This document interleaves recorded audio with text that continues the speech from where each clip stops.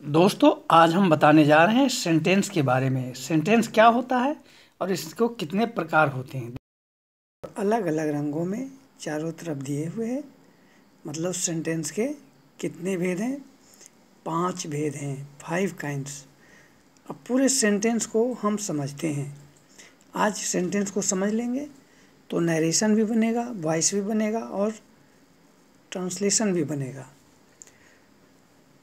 तो सबसे पहले समझते हैं सेंटेंस। सेंटेंस है क्या? परिभाषा है, sentence is a group of meaningful words which bears a sense. मतलब वाक्य जो होता है सार्थक शब्दों का समूह है जो एक आशय प्रदान करता है। मतलब ये सार्थक शब्दों का समूह होता है और कोई आशय निकलता है, मतलब कोई सेंस, कोई मतलब इससे निकलता है, तभी उसको वाक्य कहेंगे कि किसी न किसी चीज़ का भाषा को व्यक्त किया और वो कार्य रूप में प्रदान हुआ, तभी उसको हम वाक्य कहेंगे। तो एक एक करके चलते हैं। पहला जो सेंटेंस है वो है एफर्मेटिव सेंटेंस। एफर्मेटिव को असर्टिव सेंटेंस भी कहते हैं। इसे डिक्लेरेटिव सेंटेंस भी कहा जाता है। मतलब इसका हुआ स्वीकारात्मक वाक्य। स्वीकारात्मक का मतलब है कि एकदम से ये बिल्कुल सीधा सीधा रहेगा। अब इसकी परिभाषा देखते हैं। Affirmative sentence bears a simple meaning. मतलब स्वीकारात्मक वाक्य एक साधारण आशय प्रदान करता है। फीचर्स को इसको देखते हैं।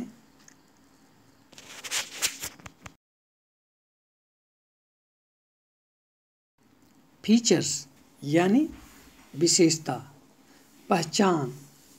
तो पहचान में हम चलते हैं और देखते हैं कि इसकी पहचान क्या है। पहचान ये है कि सबसे पहला है, यह साधारण अर्थ देता है। यह सिंपल अर्थ देता है, एकदम साधारण अर्थ। मतलब इससे साधारण अर्थ निकलता है। दूसरा में दिया है, यह subject plus verb plus object की तरह होता है। कहने का तात्पर्य है कि यह साधारण अर्थ ही ये देता है और बनावट भी साधारण होता है। अगला है, यह अन्य वाक्य हेतु रूट सेंटेंस की तरह कार्य करता है। अन्य जो वाक्य आएंगे सभी के लिए ये रूट सेंटेंस मतलब जड़ सेंटेंस की तरह कार्य करता है।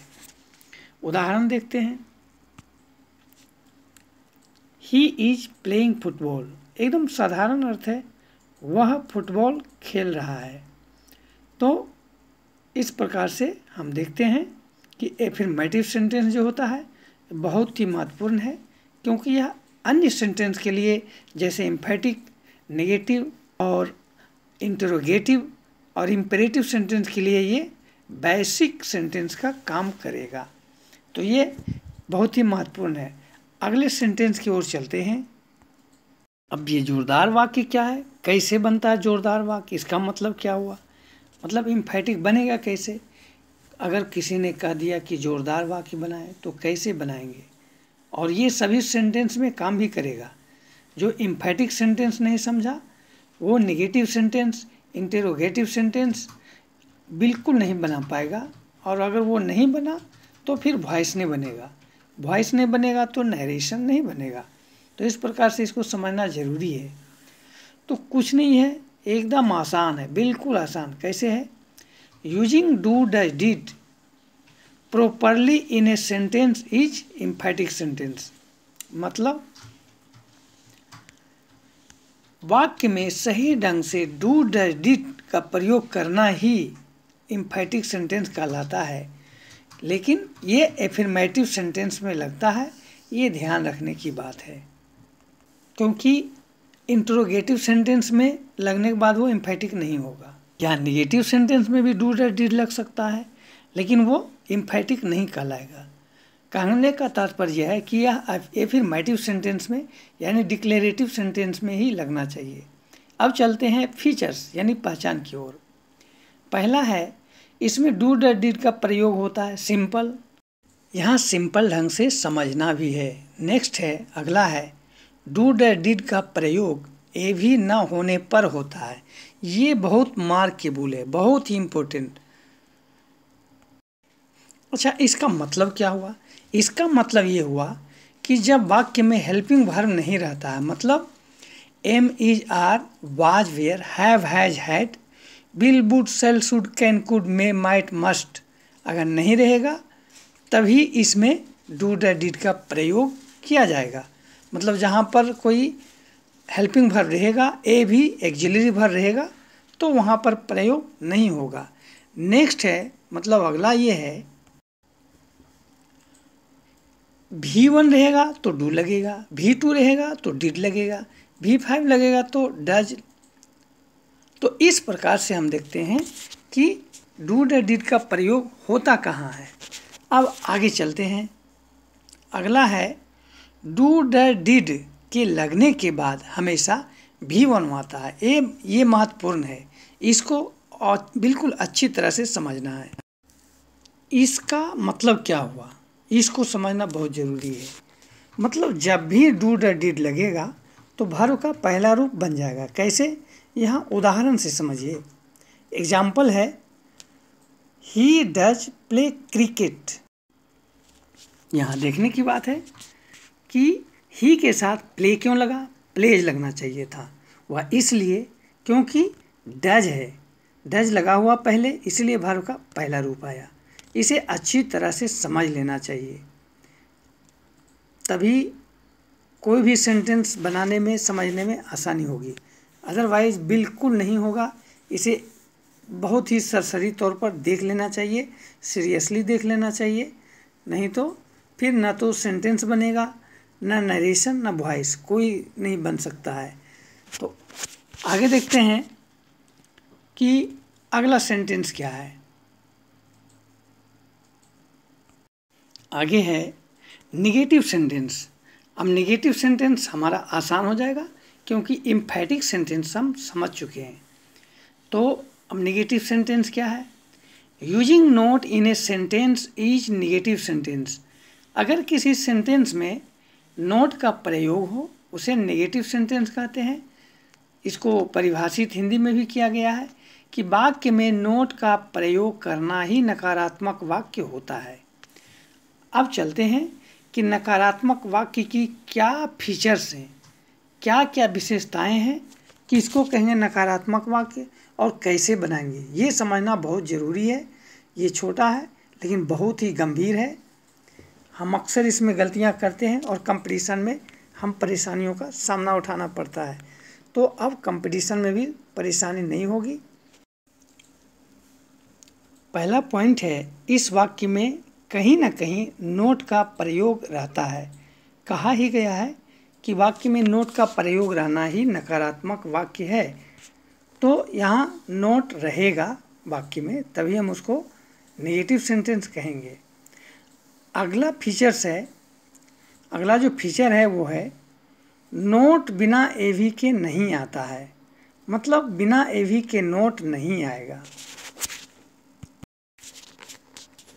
मतलब नोट बिना एवी के नहीं आता है, इसका मतलब ये हुआ कि नोट का प्रयोग वहीं होगा जहाँ एवी एक्सिलरी वर्ब रहेगा। बिना एक्सिलरी वर्ब का नोट नहीं आता है, इतना ये रईस है। अगर नहीं रहता है एक्सिलरी वर्ब तब क्या होता है उसको समझते हैं। अगला है, नोट हमेशा एवी के बाद में लगता है, मतलब एक्सिलरी वर्ब के बाद ही लगेगा। अगला है, एक से अधिक एवी रहने पर नोट प्रथम एवी के बाद लगता है। नेक्स्ट है, जब एवी ना हो तो डू द डिड लगाकर नोट का प्रयोग किया जाता है। तो इस प्रकार से कैसे होता है सभी एग्जाम्पल के साथ समझते हैं। पहला दिया हुआ है, we are not playing football. अब यहाँ वी है, आर के बाद नोट लगा है। ठीक है कि जब एक्सिलरी वर्ब मतलब हेल्पिंग वर्ब है आर, तभी नोट का प्रयोग हुआ है और उसके बाद में हुआ है। अब हम चलते हैं कि एक से अधिक एवी रहने पर क्या होगा। और नहीं रहेगा तब क्या होगा। दूसरा देख रहे हैं, वी आर नॉट प्लेइंग के बाद he will not have been seeing cinema. मतलब ये कि he will not have been, will के बाद लगा है, हैव के बाद नहीं लगा है, बीन के बाद नहीं लगा है। अब अगले सेंटेंस की ओर चलते हैं जिसका नाम है interrogative sentence. What is interrogative sentence? See the definition. Asking A question in a sentence is interrogative sentence. मतलब वाक्य में प्रश्न पूछना ही प्रश्नवाचक वाक्य कहलाता है। अगर हम प्रश्न पूछते हैं तो प्रश्नवाचक वाक्य कहलाता है, वाक्य में पूछा जाना चाहिए। अब सवाल उठता है कि प्रश्नवाचक वाक्य बनाते कैसे हैं? बहुत आसान है, सिर्फ समझना है। अगर आपने डू डैट डिड समझ गया तो ये बहुत ही आसानी से समझ में आ जाएगा, इसमें बिल्कुल कोई प्रॉब्लम नहीं होगी। सिर्फ डू डैट डिड मतलब एम्फैटिक सेंटेंस समझा हुआ होना चाहिए। इसलिए मैं पहले भी बोला कि एम्फैटिक सेंटेंस समझ लेना है, नहीं तो नहीं बनेगा, ना नेगेटिव ना इंट्रोगेटिव। तो इसका जो फीचर्स है, पहला है प्रश्नवाचक वाक्य में प्रश्न पूछा जाता है। दूसरा है HV माने हेल्पिंग वर्ब जरूर रहना चाहिए, नहीं रहने पर डू डैट डिड लगाकर इंटेरोगेटिव सेंटेंस बनाया जाता है। नेक्स्ट है सब्जेक्ट की जगह HV तथा HV की जगह सब्जेक्ट आ जाता है। सब्जेक्ट की जगह HV और HV की जगह सब्जेक्ट आ जाता है का मतलब क्या हुआ, समझते हैं इसको। फिर है शुरू में HV या WH क्वेश्चन प्लस HV तथा अंत में क्वेश्चन मार्क रहता है। प्रश्नवाचक वाक्य का सबसे बड़ी विशेषता है कि शुरू में एक्जिलरी वर्ब मतलब हेल्पिंग वर्ब रहेगा, यानी तो WH question plus helping verb रहेगा और उनमें क्वेश्चन मार्क जरूर रहेगा, ये ध्यान रखना है। अब इसे एनिमेशन के माध्यम से समझते हैं, बहुत आसानी से समझ में आ जाएगा। जैसे यहाँ है ही इज ईटिंग राइस। अब इसको हम चेंज करते हैं कि कैसे इंट्रोगेटिव बनेगा, तो ध्यान से देखिए एनिमेशन को। यहाँ ही है, इज के जगह पर आ जाता है, इज है ही के जगह पर मतलब सब्जेक्ट के जगह पर चला जाता है। ईटिंग है, ईटिंग के पास ही रहेगा। राइस से ऑब्जेक्ट, ऑब्जेक्ट की जगह पर मतलब राइस की जगह पर ही रहेगा। और उसके बाद हम देखते हैं कि जो अंत में एफर्मेटिव सेंटेंस का फुल स्टॉप है वह क्वेश्चन मार्क में बदल जाता है। ये देखिए, आप एनिमेट होते हुए देख रहे हैं क्वेश्चन मार्क को। तो इस प्रकार से हम देखते हैं कि इंटरोगेटिव सेंटेंस चेंज होता है। यहाँ ध्यान देने की बात है कि ही कैपिटल को स्मॉल में करेंगे और इज है आगे गया है इसलिए उसको कैपिटल में कर देंगे। आगे एग्जाम्पल है डज ही गो होम। ये डू डैट डिड अगर हेल्पिंग वर्ब नहीं है तो डू डैट डिड लगाकर इंट्रोगेटिव सेंटेंस बनाया जाता है और अंत में क्वेश्चन मार्क है। अगला जो फिर उदाहरण देखते हैं वो समझने की चीज़ है।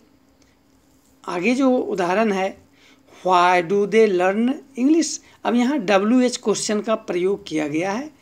What, when, which, how, who से शुरू होने वाला वाक्य जो होता है वो WH क्वेश्चन होता है। फिर दूसरा एग्जाम्पल है when did he go home. अब यहाँ ये व्हेन से शुरू हुआ, उसके बाद डू डैट डिड मतलब हेल्पिंग वर्ब का प्रयोग हुआ है। इसको हम किसी हेल्पिंग वर्ब प्राइमरी वर्ब के बाद भी कर सकते हैं और मॉडल वर्ब के बाद भी कर सकते हैं, मार्जिनल वर्ब के बाद भी कर सकते हैं। अब नेक्स्ट जो है वो वाक्य है इम्पेरेटिव सेंटेंस। ये what is imperative sentence, see now here. देखते हैं क्या है इम्पेरेटिव सेंटेंस, समझते हैं, बहुत आसानी से समझ में आ जाएगा। Ordering requesting is imperative sentence, मतलब किसी को आज्ञा देना या अनुरोध करना, वो इम्पेरेटिव सेंटेंस हो गया। मतलब आज्ञा देना या अनुरोध करना ही आज्ञा सूचक वाक्य है। किसी को आज्ञा देंगे या ऑर्डर करेंगे तो उसे इम्पेरेटिव सेंटेंस कहेंगे। अब आगे देखते हैं कि इम्पेरेटिव सेंटेंस का रूल क्या है। यहाँ ध्यान रखने की बात है, किसी भी चीज़ को अधूरा ग्रामर में नहीं छोड़ना चाहिए, इसलिए इसे भी अच्छी तरह से समझ लेना है। यहाँ पर है पहला जो इसका फीचर है, वो फीचर है, पहचान इसका है, आज्ञा सूचक वाक्य में आज्ञा या अनुरोध का बोध होता है। ये तो सिंपल बात है। दूसरा है वाक्य के शुरू में एमवी मतलब मेन वर्ब होता है।